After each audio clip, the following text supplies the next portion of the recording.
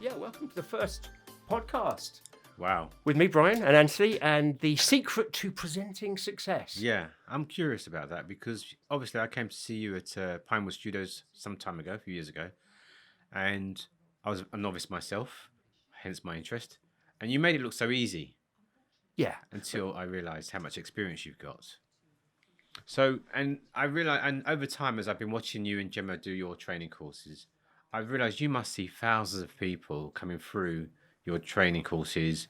Um, and what is it between the ones that attend and want to be, and those who actually do it? You know, Who actually start work as a presenter. yeah, they actually do it. Yeah, because it's not just about talent, is it? It's got to be more to it than that. Oh, there is. I mean, I think it only helps if you're competent, if you're comfortable and confident in the studio environment and with your own presentation skills and the tools of the trade. That's important. Yeah.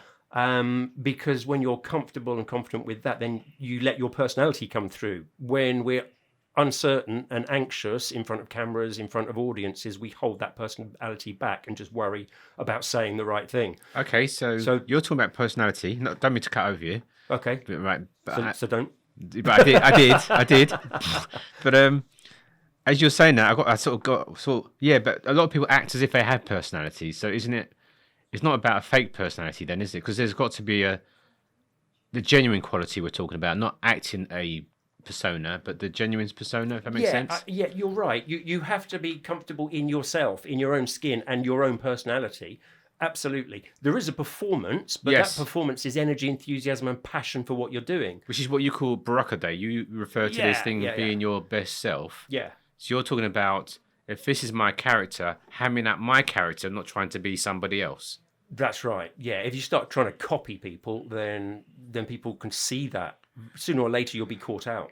But from what I've observed, it seems that most people are trying to be somebody else because they want to be a celebrity or a YouTuber. How many people are actually being genuine, do you think, that come to your programs? A lot. I mean, certainly when they leave, they're being genuine, Right. because we drum it into them. Right. If you want to become a character presenter, and what I mean by that is people like Keith Lemon. Right. That is a character. Oh, yeah, It's but he's an not the actor, man. isn't he? He's Yeah, an he's actor. a clown, yeah. So actors can do presenting, but Yes. they act it, if you see what I Yes, mean. But yes. for the mainstream presenters, it is based on them just being them on a good day and being themselves. So that's all very important, and you have to be comfortable with that so that your real personality can come through. If you want to be an actor, character presenter, Or a that's comedian yeah, that's a totally different job. You need to go Right. into acting. Right. And use acting skills for that. Right, okay. But to answer your original question, the other side of it, Yes. which you absolutely have to do, unless you are that 1 in a million that people hear about, you have to be able to market yourself, to have a complete. It's almost like you're starting a business, and that business is product you as a performer, as a Right. presenter. And to any entrepreneur will tell you, you have to go forward and market it and have a planned structure of what you're going to do, how you're going to get yourself out there, and how you're going to get seen by the right people. Because the right people, they're not going to come knocking on your door. No. Well, that goes for any business, 'cause I've been running a business now for 26 years. Yeah. And I have to market and look for contacts and network to find opportunities. Otherwise, I don't get any work. It's simple as that. And your business, because you're also training, but training Yes. in a different side. Yes. In as I understand it, you help leaders in industry and Develop them, yeah. develop a. Sometimes people have barriers that are holding them Yes, back. yes. Subconscious Yeah. things. And that's where the coaching comes involved. Yes, that's where we do one-to-one sessions normally if it's to do a personal issue. Yeah. And I can see that in the context of what you're doing, but what I don't see in the context of what you're doing is people being honest about those barriers. They want to, because they're marketing themselves, they want to say that they're confident and they can do it, when sometimes I look and I sort of think, well, you're not. Yeah. And it seems to be, and I suppose it's a tricky balance, because they want to come across as confident and competent. And even though we can see they might not be, they might probably don't want to admit it, because then they sort of think it doesn't look good on their CV or doesn't look on the film they're doing, etc., etc. So there's this different balance in that I see. Whereas in what I do, if someone doesn't perform, you can see it in their KPIs because it's measured. Yeah. It's very obvious. It's like, why aren't you performing? Yeah. It's a very hard and fast measure. Whereas in your industry, it's not such a hard and fast measure unless you're going to measure how many BAFTAs they've got or how many Oscar awards they've got, which is the rare few, I imagine. Oh, absolutely. Yeah. So I then think, okay, so if someone's on that journey, how do they know when to look at themselves and go, well, maybe I need to do something. It's not just about the skill. It's not just about practicing. Maybe I need to do something about how I feel about myself. Maybe I need to go and learn about how to run a business or do a marketing course. How do I market myself and do that activity? Because I'm not convinced they're doing the activity. Otherwise, they would actually get better results. Well, this is true, and actually, not in this industry as a performer, you need those performance skills, tools of the trades that we've mentioned. Yes. But also, what's to say that they also don't have the same internal barriers, subconscious barriers that a CEO or a director has. So we've got those as well. Yes, So as humans. Yeah. As humans. So inside, there's something holding you back, little inferiority, imposter syndrome thing going on, where we tell ourselves, oh yeah, no, I'm not good enough, or subconsciously. So we have this idea that we've got to fake that confidence. Fake it till you make it. Fake it till you make it. We've all heard that. And I suppose in your industry, because you haven't got, like if I work for a company, there's a structure. I've got to be there at 9, I finish at 5, you've got to be there every day. And because you're in the office every day or remote, but you're there, and you've got someone around you monitoring what you're doing because other people watching you, then there's a structure to help you keep on focus. I think if I'm freelancing, then it's easy for me to go, oh, actually, I'll just have a coffee. Go and have a coffee with my friend, or go down the gym, or go and do. You really have to be disciplined, don't you? Because that's the thing when right, yeah, good point. When you're at home, yeah, there's always something you can find an excuse to be doing something else. Yeah. So whether that's I need to go and put a wash on, or I need to go and sort out the meter reading for the gas, or whatever it might be. Or help my friend with their bad ankle. Yes. Who I haven't seen in 10 years. Yeah. Go and wash the car. Oh, so what we're saying is it's being honest with oneself about our strengths and probably where we need to work on something. But the thing you've hit on there, actually, which I hadn't considered, is the discipline, because actually you're quite disciplined on the quiet. You seem jovial and lighthearted, but underneath that, you're quite disciplined. I think you have to be. Yeah, because not only am I sort of still presenting stuff and performing to a certain extent, but I'm running a business as well. So, to run that business and make sure that we're still on top of the game, because you can't sit still. This is what I've learned over 20 years. We started off and we had a great product and it worked lovely. Yes. But when was that, do you think? 20 years ago. Wow. Yeah, and it worked for 10 years, absolutely super. But then come the 2010s, 11s, 12s, YouTube started becoming a serious contender. So it wasn't just about TV presenting. YouTube changed how presenting was done, is what you're saying? Absolutely. Well, we were talking to a producer only the other day, a TV producer for ITV, who said anybody under 25 hardly watches TV. They don't watch it. And they might watch a Love Island. Yes. But that's it. It wasn't like when you and I got up on a Saturday morning and we had 3 channels to choose. Exactly. That was and it. you had to rotate the old tuner in to get the you remember movie aerial. Don't move, stand there. Yeah. So it's not like that. No. Because they have so much option in streaming services, on online services and television that these kids, they just simply aren't interested in TV. Well, they want to be YouTubers. They have different accessibility. So when I was growing up, there was one telly. Yeah. So I couldn't watch telly on a Saturday because my dad was into the horse racing. So until the horse racing finished, telly wasn't available. Yeah. And whereas now they can do it on their phone. Yeah. This is it. So that means of people's desires. There's got to be a desire for you to sell a product, and our product is TV presenter training. There has to be a desire. But is for it that. though? But is it? I know that's what your company's called. But is it? Is it more about presenting getting through people work? No, well, presented through a screen. Well, it is now. This is Right. what. So it started out the first 10 years, the glory days, Yeah. TV presenting. But now it has to be YouTubers. It has to be vloggers. Or it's it has just to a be screen, business. isn't it? It could be any. Could be anything. It Yeah. could even be, things like this. I mean, we're doing a vlog. So this is an audio piece of content that we'll Right. put online. However, we'll record it.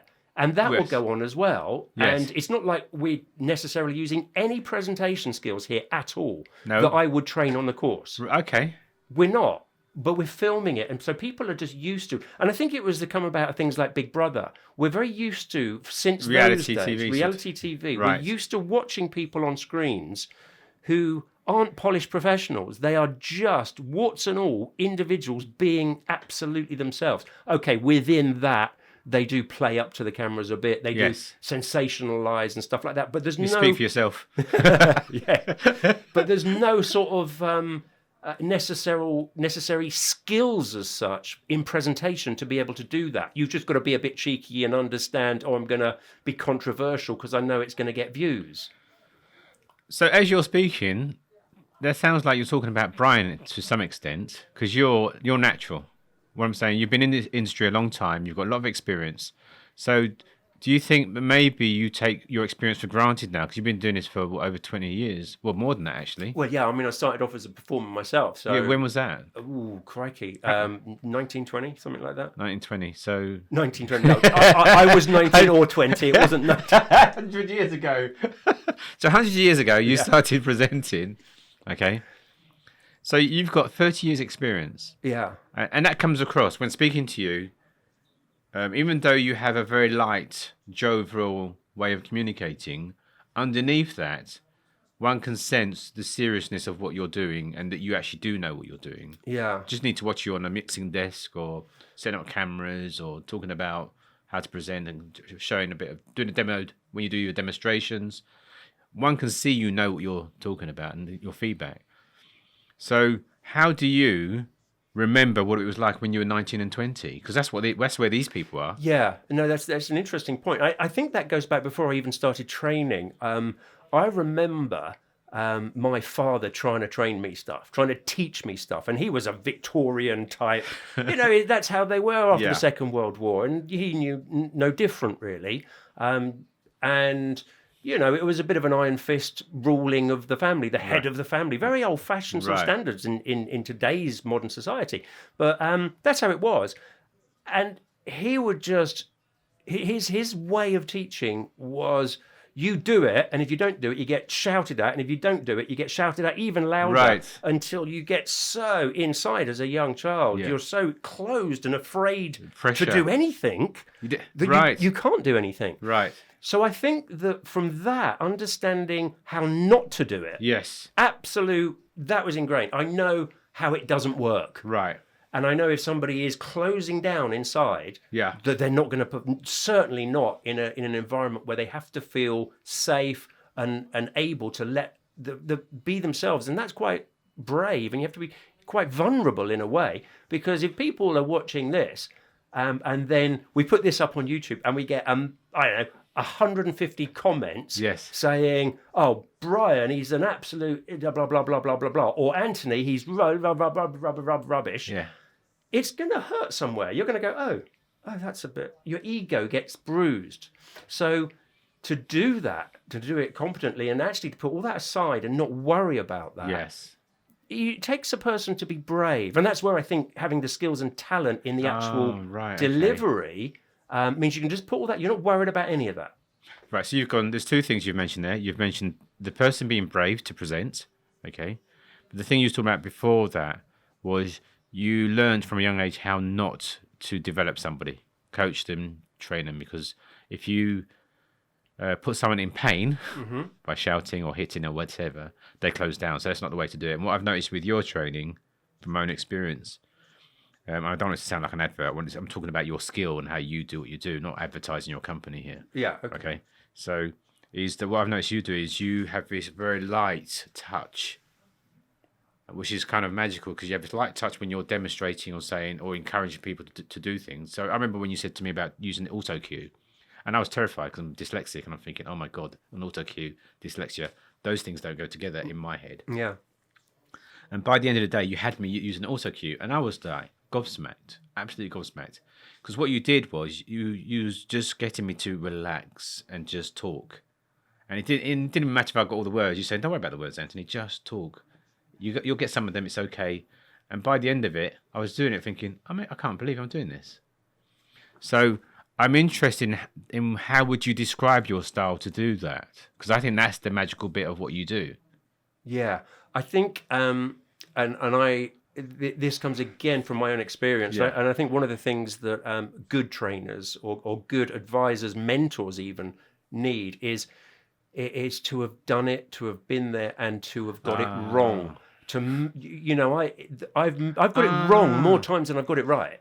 Have no doubt. I've made every mistake there is. And you're still smiling. And I'm still, and I still do. I still do make a mistake, but I've with experience, that a mistake isn't even a mistake. It's just part of. But I see you do mistakes communication. on purpose now. Even when I was listening to you on the radio the other day, Yeah. it's like you was doing them on purpose. Oh yeah, because the audience like it. They feel like they're part of something special. Right.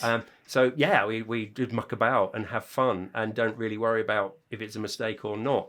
But having made all of those mistakes, I am left with a knowledge of how to do it right. And I think I need to create an environment where people are allowed and feel safe enough to make mistakes. So in the making mistakes, you don't inside. I'm trying that on, and the way you talk about making mistakes, whereas most people would talk about mistakes, they will then break themselves. Bad toads. Yeah. I'm silly, naughty. Yeah. You're not doing that. You just go, oh well, yeah, that's fun. Let's carry on. Yeah. So for you, a mistake is actually fun, in a way. Yeah, it has to be. Because if you feel awkward in any performance environment, if you're uncomfortable, awkward, anxious, that's rubbing off on your audience. That's how you're making them feel. Because we empathize with each other. Yes. So if you got really aggressive now, Anthony, guess what? I'd probably start getting aggressive. Right. Yeah. Not that I'm in a mood to be aggressive. Yes, but it's just. But I'm going to empathize with that. You're going to reflect that. Whereas if you just start giggling for some reason and laughing, I'd be going, what? What are you laughing at? Yeah. And I'd be laughing as well. And it's the same when it comes to feeling. So you really can actually, you're uncomfortable. using the emotions then, aren't you? You're using your emotions and radiating that out to your student to help them perform in a way. Yeah, because that's what they've got to do. And I think this is what a lot of presenters forget. Wow. This is so important that when you're presenting, it doesn't matter what you're presenting. To a certain extent, if you're not making somebody feel something, Yeah. then you're wasting your time. Because the information that you are going to get out of your mouth with the words that you use, Oh, that's small. I can look up online. Yeah, that's I a can small find that percentage, information anywhere. Yeah. There's nothing really that I'm going to say now that hasn't already been said one way or another.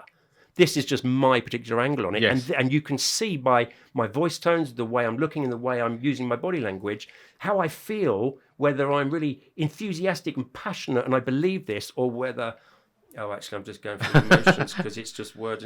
So that feeling, you've got to be making people feel something in any kind of performance. If you're not, you're wasting your time. Wow. Okay. So do you realize that that's what you do when you do your training? So if I had like 3 different companies, the thing that the Brian and Gemma company does is they actually help presenters to understand that they've got to radiate their emotions. But to do that, if they're radiating their emotions, I then think, well, they need to be in some sort of control of their emotions as well. They can't be like having all sort of random emotions going on and then radiating them out to the audience. Yeah, exactly. Well, this is again the performance that a presenter has to do. A communicator has to make sure that they are in the right mood. Really, that's what it is. You've got to be in the right mood to do the job. To do the job. Right. Because if you are totally honest with yourself and totally honest, sometimes you're not in the mood. Sometimes you have a bad day. Sometimes you're really annoyed about something. So what do? You bring that into the studio and go, well, actually, this is how I feel and this is how I'm going to... No. So that performance has to be, as you said earlier on, you on a good day on that Barocca. Yes. Okay. So you started when you was 20 and you're very experienced, but you're experienced in the industry. That's one of the things I've noticed with you. You've done lots of different things. So I remember the first time I saw you at the radio station and you was talking to somebody, and then the next minute you was on the desk moving all the sliders around. But you're moving it like it was, I don't know, turning it on a TV. To me, it's just like a loads of knobs and sliders. I wouldn't know where to start. Yeah. So that's just one bit of your experience. Then there's all the cameras, setups, the microphone setups. I noticed you do editing and you look at editing and you give feedback about the imagery and you go, well, actually, that person should be over this side because of the background. Or so there's a lot of experience you've got there. So you obviously, you've done acting, you've done producing, you've done directing. What's the difference between a producer and a director? Well, it depends on what it is you're doing. So when I was a producer, I produced and had commissioned a TV show. So I wrote it and then produced it. It's basically, when you produce it, you get all the elements. It's like a project manager.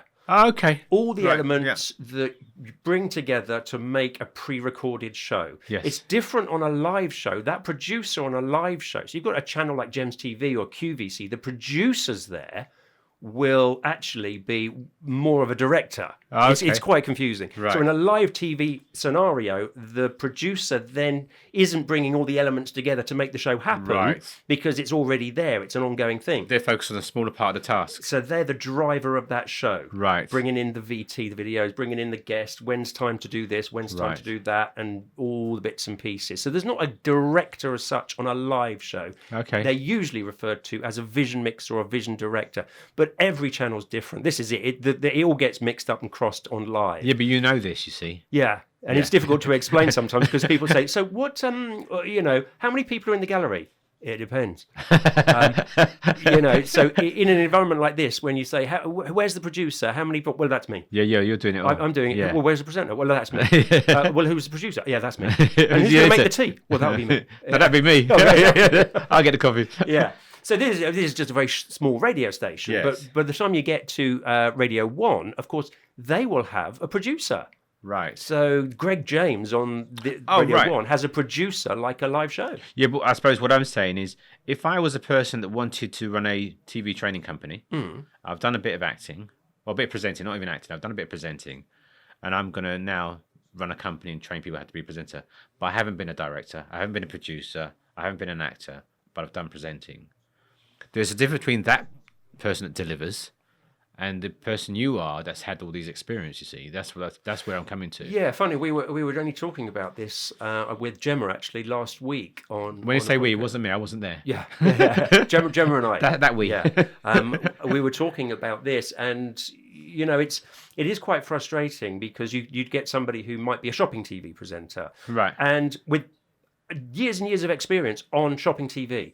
Well, guess what? They are, go and learn how to do shopping TV with them because they know the inside out presenting. Yeah. Yes. The presenting side of it. Yes. However, when it comes to news broadcast, when it comes to what a director's looking for, what a producer needs in the gallery, what camera angles you need to set up and shoot, and a variety of other things, then they're sort of limited. They're winging it a bit. They probably know more than the average Joe. Yes. But actually, that's not a depth of knowledge. Yes. And this is something that, I always say, because we've got people like Helen Shepherd, who's a BAFTA-winning BBC, ITV, Amazon Prime producer, director. Colin Natstein, 2 RTSs. I might have 3 now. These are award-winning, not just... They work with you. They work with us, yeah. So they're not just producers. They're the top producers in the country who have won... Award-winning, yeah. BAFTAs yes, and RTS awards. So, that's a rounded knowledge base that can be passed on. It's I find it really exciting to see on a day just how much somebody can develop and find their feet in even an afternoon. It's wonderful. Some people take longer. Yeah, well, yes, it's their journey, isn't it? So there's that side, and then there's the side of which you don't talk about much, is the business. Yeah, well, we do talk a little bit about it. The business, in as much as a business, a freelance presenter, performer, taking their business forward. They're running a business. Yeah. You said, they're running a business. I don't get into the finances. Right, okay. Okay. So much. Yeah. I mean, people have asked me, how do you become self-employed? And okay, so you register for a national, a tax reference number, you register as national employed. And I know... Oh yeah, I don't mean that sort. Yeah, I don't mean that sort of part of it. I'm talking a more case of the structure, as in you've got in any business you either provide a product or service. Yeah. So the service you're providing, I don't know. Are you a service or a product? I don't know. Well, it's a bit of both, isn't it? Right. Okay. Yeah. Okay. So we've got Anthony D, here's the product. Yeah. Okay. And then how do I sell that? How do I market that product? And what is the market I'm actually going for?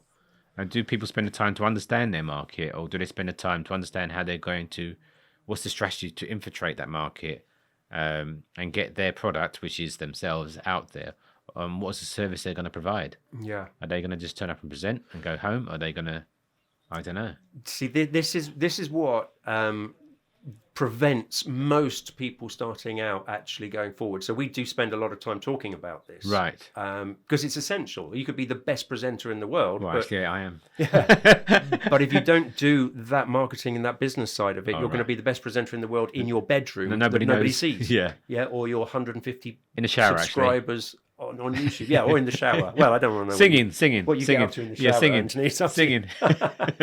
So yeah, it's so important because everybody, I say everybody, lots of people think, oh, okay, I'm going to go on a casting website and put my show reel up there and a few pictures and tell everybody how enthusiastic I am and what a team player I am and what And sit back. and wait for the castings it'll to come come. in. But it won't. But one in a million. And if you're waiting for that sort of luck, it's going to be a long wait. Right.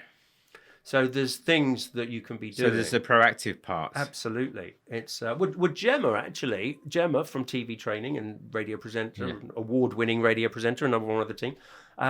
She actually went to the RTS conference just yesterday. Actually, I Right. think she went and met producers from ITV, producers from independent production companies and stuff like that. And no, I take my hat off to her because she was going around and a lot of them were saying, oh no, we're not interested in presenters and stuff like that.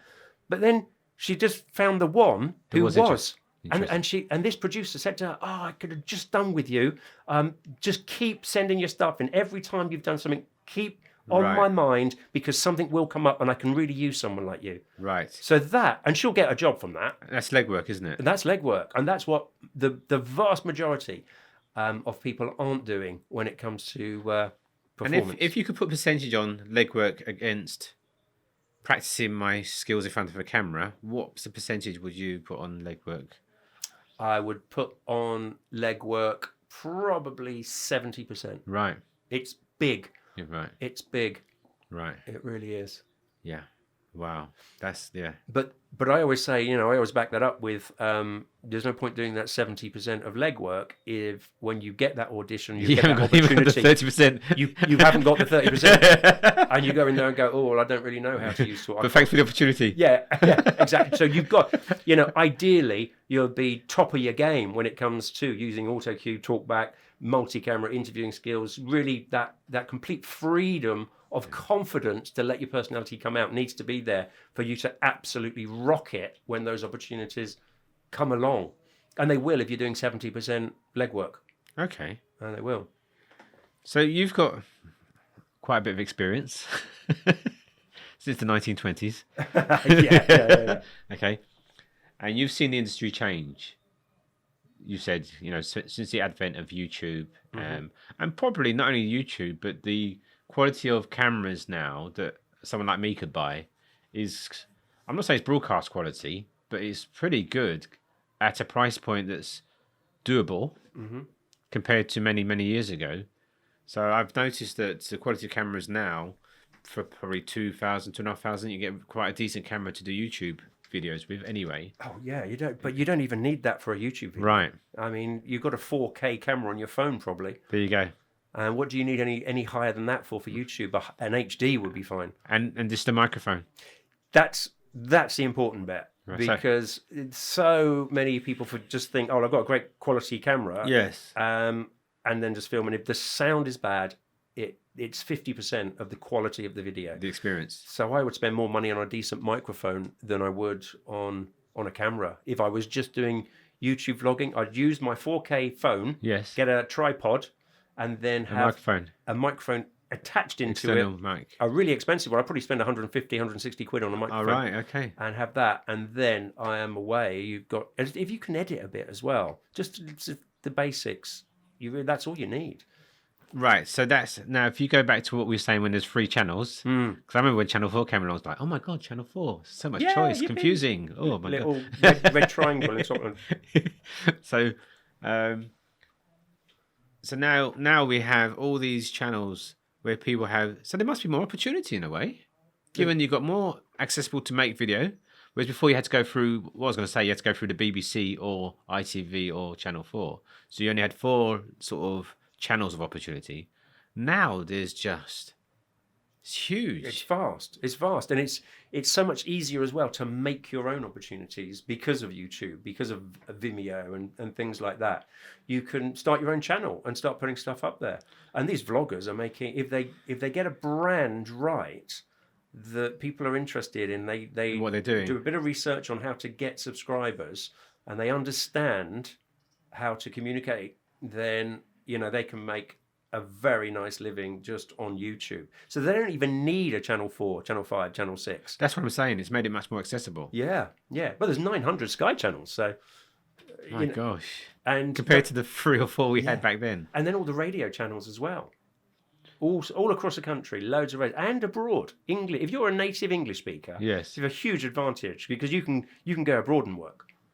I haven't thought about the other countries. So everything like Russia Today, Al Jazeera, Turkey. I've got presenters in Turkey working in Evolution Gaming in Malta, all over the world. In Chinese television network in Washington DC, I've got a presenter working there. These are all the English side of foreign channels. So what I'm thinking now, people come to you and they come to your training course, and then some people, I won't say all, but some people probably lose the drive, motivation to do the 70%. Mm-hmm. Is there something you could do? Is there an opportunity? I suppose I'm wondering if there's an opportunity for you as an organisation to set up an evening where they get together, small cost, to practice marketing themselves, doing those letters or CVs or whatever, or even just to create a forum where they come and actually start communicating about the bit afterwards. Yeah. You're smiling. What's happening? I was just thinking, yes, that's what I want, to give up my evenings now doing courses as well as... Oh, right. Okay. Yes, what I need is more courses. Yeah. But you're right, yes. We do include it on the 3-day, but there is a space for... Yeah, but I mean, they get the... It's a bit like some of those rah-rah courses where you can go and be the giant, but you leave there and you go back to your normal life and all of a sudden you don't feel like the giant anymore. Okay. So you've woken the giant within, but then a month or a year later, the giant's shriveled up. So, but this is your area, isn't it? So how do you keep that giant alive? How do you keep that motivation? It is a discipline. I think it needs a revisit. So I think they have to revisit the environment where they woke the giant. Okay. Yeah, makes sense. Because that's the environment where that happened. And it's not that they're doing the course again, but I think they've got to re-energize that. Until they make it needs re-energizing. Yeah. Because unless their normal life is set up to energize them and keep them going, then they need to get boost from somewhere. It's like learning to drive. If someone learns to drive, they might pass their test, but if they don't drive after they pass their test, I doubt after 2 years that they'll be able to drive. Yeah. They've got to keep practicing, getting back in the car or back on the motorbike and keep doing it. I think it's the same with what we're talking about here, is that any new behavior that I want to do, I need to keep practicing it. And if I can't do that in my apartment or my home or whatever, or my normal life, then I need to create a space. And so what I'm saying, I'm not saying give up your evenings, but maybe you could direct and create an environment where somebody in the group is in charge of it. It doesn't have to be you there every time. Yeah. Yeah, it's a good idea. It's certainly as I said, 70% of actually getting work exactly. is this. So it's but I think as well, because with the YouTube generation, which there's a YouTube generation. I didn't know that. Well, yeah, I think 25, 35-year-olds. Oh, I see. Anybody under 30, right? They're social media, YouTube, and stuff like that. Just in case you're wondering, that doesn't include me. Yeah, does it not? No, okay. Just a bit over. I think they get everything. If they want to know something, how do I do it on Google? And they find out for free. Yeah. And okay, so they've been brought up in an environment where if they want information, which is basically what the likes of us are selling in a way.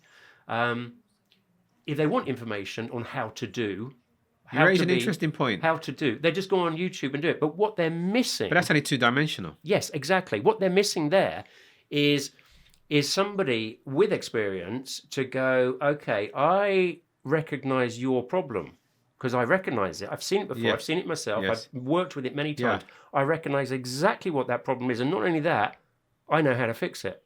Whereas if you go to YouTube and it's like, right, well, how do I become a TV YouTuber, presenter? Yeah. It says, right, what you need to do and how you stand in front of the camera and look at the lens. Right, I know I've got to look at the lens. I don't know why I'm not doing it.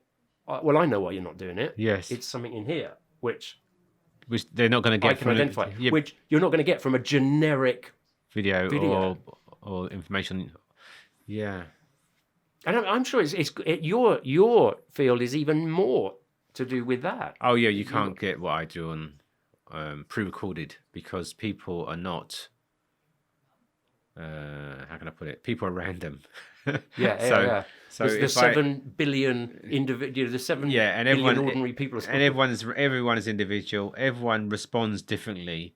So if I was to want to create a coaching session but record it beforehand, my response is so this is how I'm going to respond to what the person says.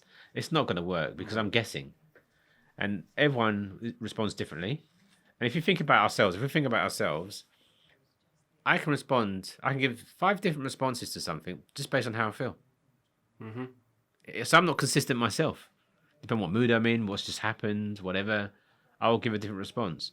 So I think YouTube or Google or whatever is okay to a point, but it's not okay when you're dealing with a human who has random responses. And so what you're getting when I'm doing coaching or I'm doing one of my group workshops is I'm watching the audience who are live and I'm responding to the live audience based on the experience because I've been doing this for 26 years. And before that, I was a human anyway, so I've learned. So all I've done, I was been told so I've learned how to articulate those responses and what I'm seeing going on, which you're not going to get from a book, you're not going to get from a video, you're not going to get from a podcast. So I think information is interesting because information is me taking on board information, but I don't think it means that I understand what I'm taking on. People think they do. Yeah. So, I've watched people take on information. I say, okay, you've done that course. Can you go and do that now? No. Exactly. Or they go, yeah, I know all about it. Okay, well, show me. Yeah. Oh, well, I don't have to do it. Well, this is often what I say is like you can spend years reading the instruction manual on how to fly a 747. So you know it inside out. Yes, you know it word you know for the word. manual. Now go and fly that. Yeah. Yeah. I would not get on that plane with that pilot. not knowingly. Not knowingly. I want knowingly. Yeah. Because you've got to feel it. What's the difference, though? The difference is because the manual tells you about the controls, but it doesn't tell you how the air is going to behave, how the weight and the wings and are going to interact with the air. It can't tell you that, and you can't experience that. You can in a simulator, but you can't from a manual, from a technical book. So, and I think training's like that, or development's like that. So I think and this is interesting because this is what I'm experiencing with the younger generation is that they think they know things, and then when I question about or say to do it, oh well, no, I haven't done it. And I used to have a neighbour that used to tell me all these things he'd done. We used to about all these subjects, and then I started saying, well, when did you do that? Oh no, I saw it on a Discovery Channel. Right. Yeah. And I was like, what? Yeah. And I was talking to this person thinking they had actually done these things. And when he said he'd done it, it was the Discovery Channel, I was so angry because I felt like he was a fraud. Yeah. Because he's like, oh yeah, I remember going there and it was like this and it was like that. It's like, oh, where did you go then? No, it was on the Discovery Channel. Yeah. Well, you haven't been. Oh, it's the same. No. Yeah. Going to the jungle on the channel and going to the jungle and being in the jungle is not the same. Absolutely not the same. I mean, I've watched loads of videos on how to get the perfect 6-pack, but, nothing happens. Oh, mine's hidden. My 6-pack's a secret agent. Is it? Yeah, undercover. Yeah. So, okay. So, you said there are a few people that you've seen that you see them and you go, yeah, they're... Because I think you're a bit like Simon Cowell. And when I say that, in that you see lots of people coming through, and it's like anything, isn't it? If you see lots of something, you kind of not get blasé, but you get a bit numb to it. It's like, oh, well, here's another one, here's another one. Mm-hmm. So when does one get your attention when you'd press the buzzer, not the red buzzer, the golden buzzer? That's an interesting. When somebody who is actually quite, all those things we've spoken about, free enough Yeah. and confident enough to actually let their personality out, but also somebody who has an eye for the whole entertainment process, is creative, who can find. So I often describe it like this. It's like when you're in entertainment, when you're doing any interviews or you're on air, in the radio, on live TV, Yeah. it's almost like you are a tiger in the Serengeti, right? In your subconscious is a tiger, and it's watching, Oh, I plane. see. Okay. and then it sees a gazelle, Yeah. and Right. it goes through it. And that is how your mind has to be with entertainment. There's an opportunity for humor. There's an opportunity for controversy. There's an opportunity for fascination. And how to actually make it really interesting and entertaining as well. So somebody like that is really exciting. And actually, I saw somebody on the last course I did who had that. And it's that, again, I just go, right, okay, we've got to get you going. 'Cause it's there, you know.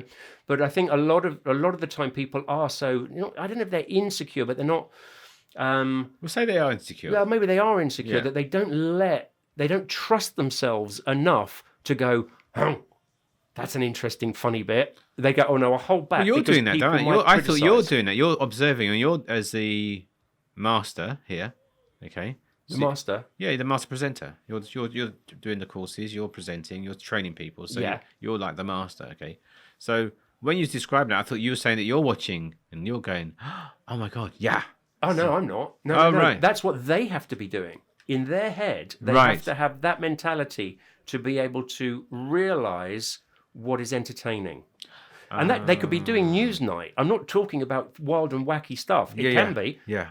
but it could be Newsnight. So in Newsnight, that leopard or that lion on They'd the be quite self-aware then, haven't they, to be able to do that? Oh yeah, and they have to be confident enough to let their opinions and go with what they feel is interesting, exciting, controversy to them. And Well, this is yeah, I holds think what you're people back. describing, that's quite a high bar, I would say, to be able to be self-aware to the extent to know where your strength is, where my strength is as a person, to say, actually, I'm quite funny here, or I'm being controversial.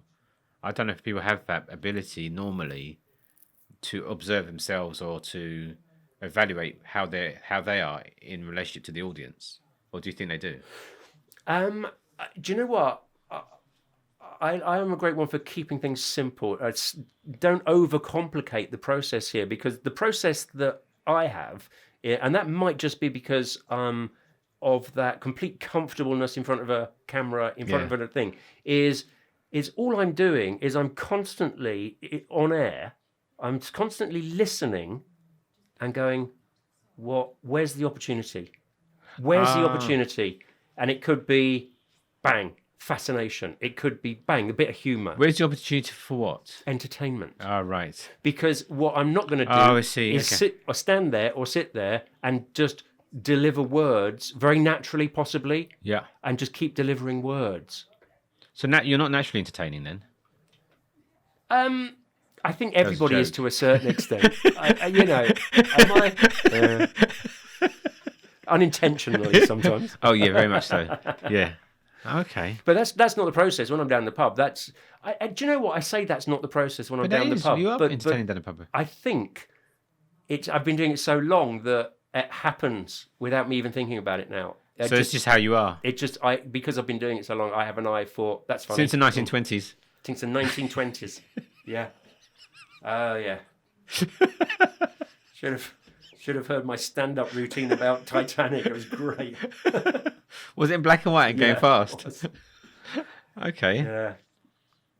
Right. So do you keep in touch with the people that have come through your process and that are successful? Do you sort of just let go and not speak to... No, we keep in touch. Yeah. You know, there's Facebook, of course. It's easy to keep in touch Right. on LinkedIn, Facebook, Right. and all of those things. And yeah, I see people who've been on the courses year after year after year, And it's lovely to see them develop. Some quicker than others. Obviously, yeah. That's normal. That's normal. Yeah, but it's just lovely to have that sort of family of TV Right. training. It's great, and of course, some of them who have been very, very successful. So people who are working on This Morning and Big Brother's bit on the side or stuff like that, we actually have them back to pass that experience on. That's nice. To the new students and go, look, I was 7 years ago. I'm sitting where you are now. Yes. In this training course. And now look at you. Yeah, and they're passing that information on that it is possible. But these people who have made it, they've worked. You can't gain all that information and knowledge and then go and eat a pizza and watch telly. Oh, I thought that's what we were doing this afternoon. Well, probably. Yeah. Oh, right, okay. That's fascinating. It's interesting to see you give out some of these gems, some of your opinions about what to do, because you have this light touch. I don't think it's easy to pick up how serious you are about some of the points. Because it's like you go, oh, just keep it simple, don't relax, which is a nice way of relaxing people. But then I don't think sometimes I get how important some of the things are that you're talking about. So what I've noticed about you is you're very tenacious about certain things. You're very punctual. I've never known you to be late. You're always on time.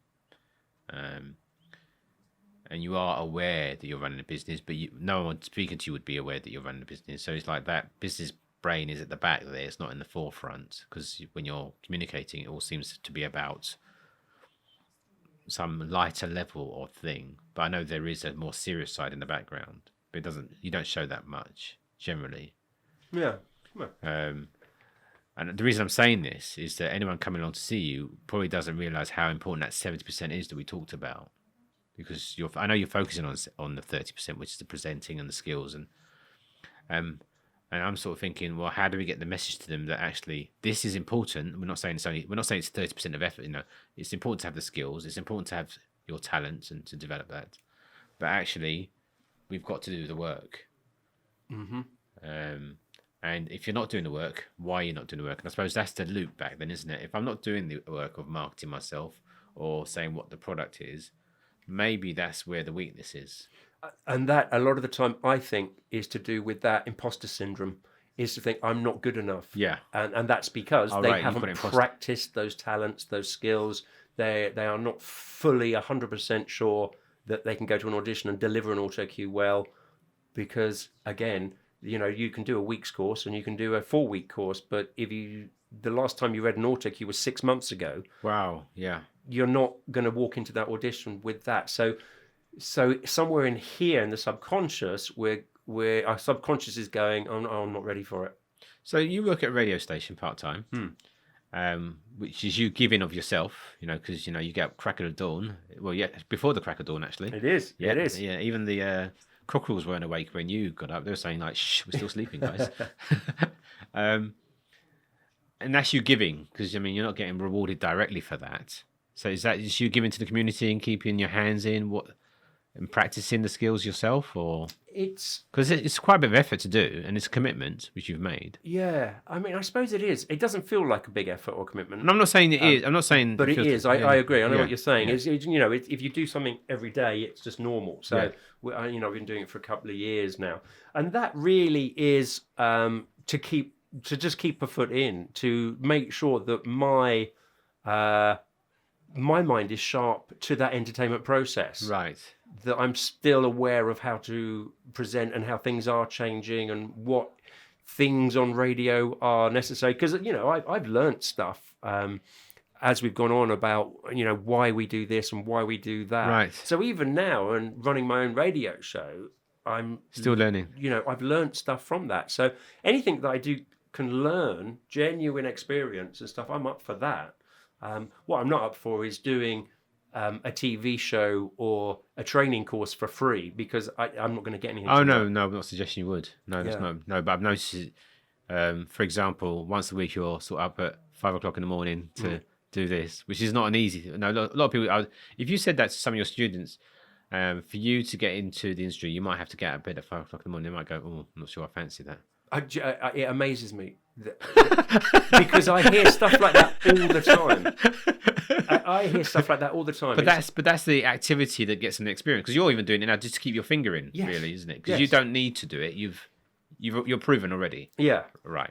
So you don't need to do this, but you're doing it just to keep your hand in. That's what you're saying, and keep the practice. Yeah, and I also started it as well because I was aware that one of my closest and dearest, needed to do something. Yes, So yes, that was you're another helping. reason So you're that helping. I You're was, right. I was Yeah. doing Yeah. it as well. Yeah.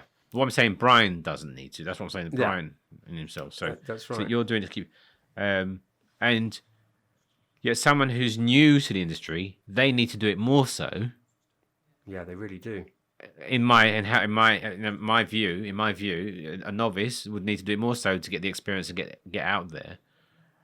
Would they get out at 5 o'clock in the morning in the freezing cold? Well, this is it. This is what I'm saying. Sometimes I've spoken to people and they say, "Yeah, I really need I don't know a new show reel." I say, "Right, listen, we can do a few clips on a day. Come over to Pinewood or wherever it might be." Yeah. And they go, "Where's Pinewood?" I say, "Well, it's just it doesn't really matter." but Where's it's- Pinewood? Yeah, it's just near Heathrow, West London. And they go, "Oh, I'm in East London." There's a tube. I'm like, "Yeah, well, it's going to take me an hour and a half to get there." Right. So okay. Then don't do So it. what we're talking about now then, which is going back to your tiger and gazelle metaphor, Right. is having that hunger, isn't it? Well, There's it got to is, be it's- that hunger. There's got to be a hunger to. to go for I can't do it. it. I don't do it as well as Brian. He's a better barrow than me. But anyway, Yeah, it absolutely gobsmacks me. They're just, or, oh no, I live in Milton Keynes. Oh, so we'll come to you, shall we?